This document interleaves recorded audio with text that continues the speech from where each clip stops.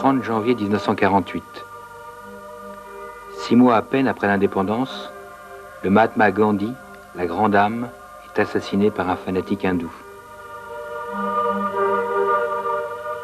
Les millions d'Indiens qui viennent le lendemain lui rendre un dernier hommage traduisent la douleur d'un peuple déchiré.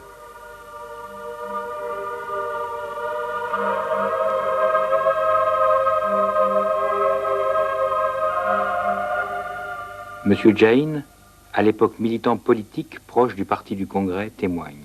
Ah, c'était vraiment capitaine, tout le monde est bouleversé, n'importe qui, même les musulmans, n'est-ce pas? C'était bouleversement, comme on a perdu notre père, on a perdu quelqu'un, hein, comme Nehru disait, il a résumé hein, une lumière qui existait en Inde, n'est-ce pas, qui était éteinte.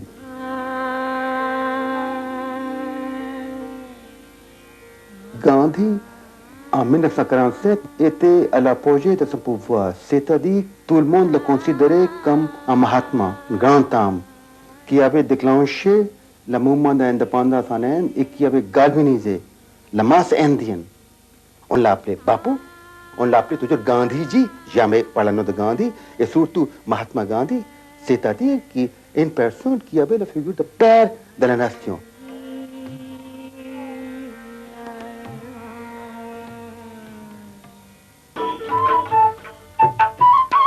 Le 12 mars 1930, Gandhi quitte son ashram situé près de Ahmedabad. Il entame une longue marche de 400 km vers la mer.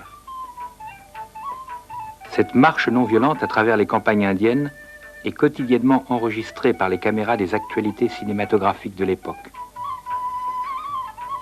Elle contribuera à faire connaître la personnalité de Gandhi en Occident. Mais surtout, elle est un défi direct à l'autorité britannique. Elle mobilise les populations indiennes sur le thème de la désobéissance non violente aux lois britanniques. En ramassant publiquement une poignée de sel, en conduisant des milliers d'Indiens à suivre son exemple, en faisant expliquer partout comment purifier le sel de la mer, Gandhi montrait que l'on pouvait briser le monopole du colonisateur sur la distribution d'un produit indispensable. Il démontrait aussi la force de la masse indienne. Et ce simple geste a failli tout faire basculer dès l'année 31.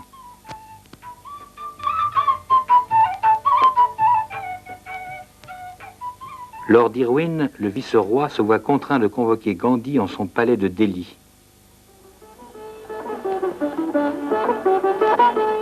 Il négocie d'égal à égal avec lui.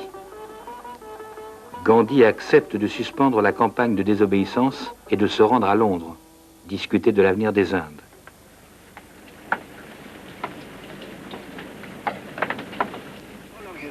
You intend to be in London? I know you're thinking. What do you want to say? Just few words. Would you say a few words for France, Mr. Gandhi? Finish now. En octobre 31, le Mahatma, en route vers l'Angleterre, traverse la France, partout salué par une foule curieuse.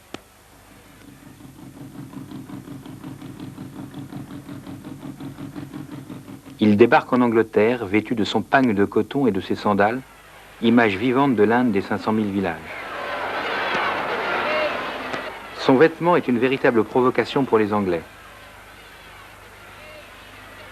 Depuis 1921, Gandhi lutte contre l'importation en Inde des produits textiles britanniques.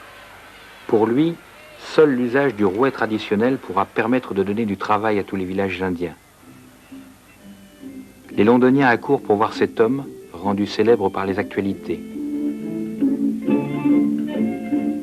Il déchaîne la colère de Winston Churchill, qui a dénoncé quelques mois plus tôt le spectacle nauséabond et humiliant de cet ancien avocat du barreau de Londres, aujourd'hui fakir séditieux, gravissant à demi-nu les marches du palais du vice-roi à Delhi.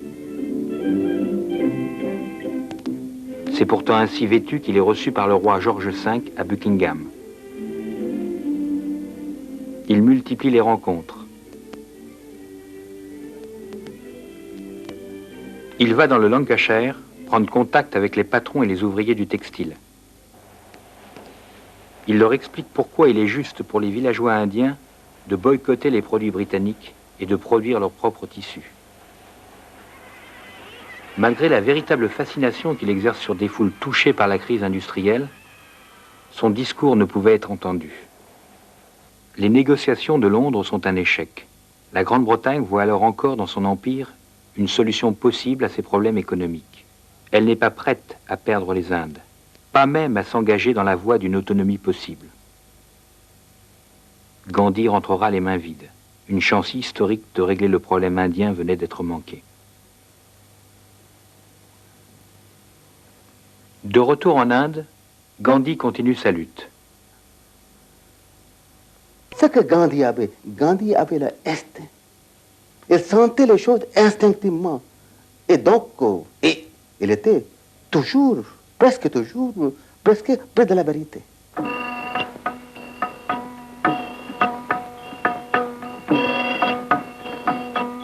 Cette vérité fut longtemps peu évidente pour les Britanniques qui multiplient les répressions. 400 morts et plus de 1000 blessés dans la fusillade ordonnée par le général Dyer à Amritsar en avril 1919. Des dizaines de milliers d'arrestations à la suite de la marche du sel.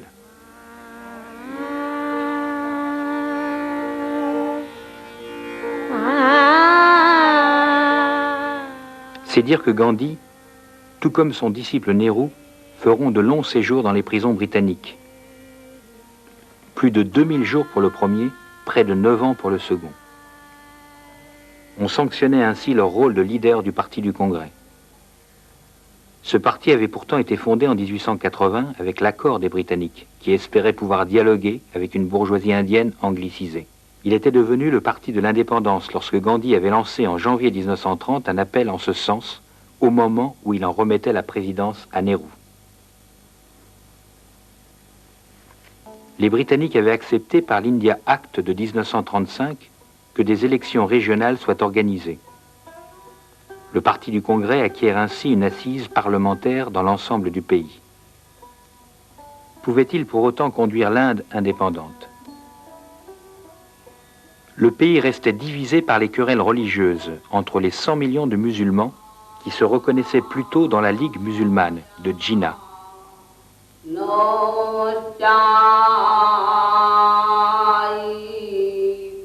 Et les 300 millions d'hindous qui suivaient plutôt le parti du Congrès, celui de Gandhi et de Nehru.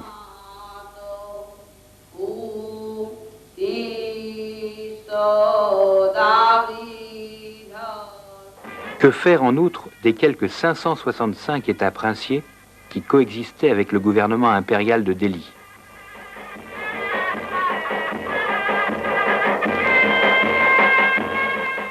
En 1945, la Grande-Bretagne, affaiblie par la guerre, délègue des négociateurs afin de dénouer le problème indien. Les rencontres se multiplient à Delhi et à Simla.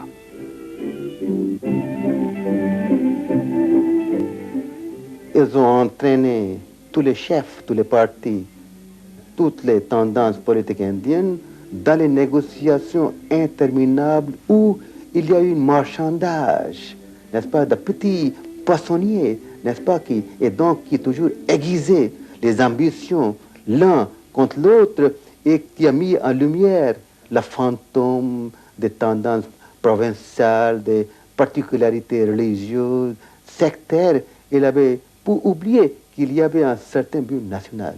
En tant que militant politique, qu'est-ce que vous pensiez des Anglais à l'époque? Pour nous, les Anglais,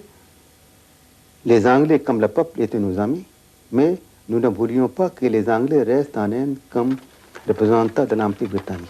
Et donc, pour nous, l'impérialisme était un mal absolument, le mal qu'il fallait absolument éradiquer, à tout coup. Et aussi longtemps que les Anglais existaient en Inde, pour Gandhi, il restait toujours les tensions, les luttes, les querelles infinissables entre les différentes communautés. Et donc, pour que la paix règne en Inde, il fallait que les Anglais s'en aillent. Lord et Lady Mountbatten pouvaient se réjouir d'avoir mené l'ex-empire des Indes à l'indépendance. Le dernier vice-roi, arrivé en mars 1947, préside le 16 août de la même année aux cérémonies. celle qui fête l'Inde indépendante à Delhi,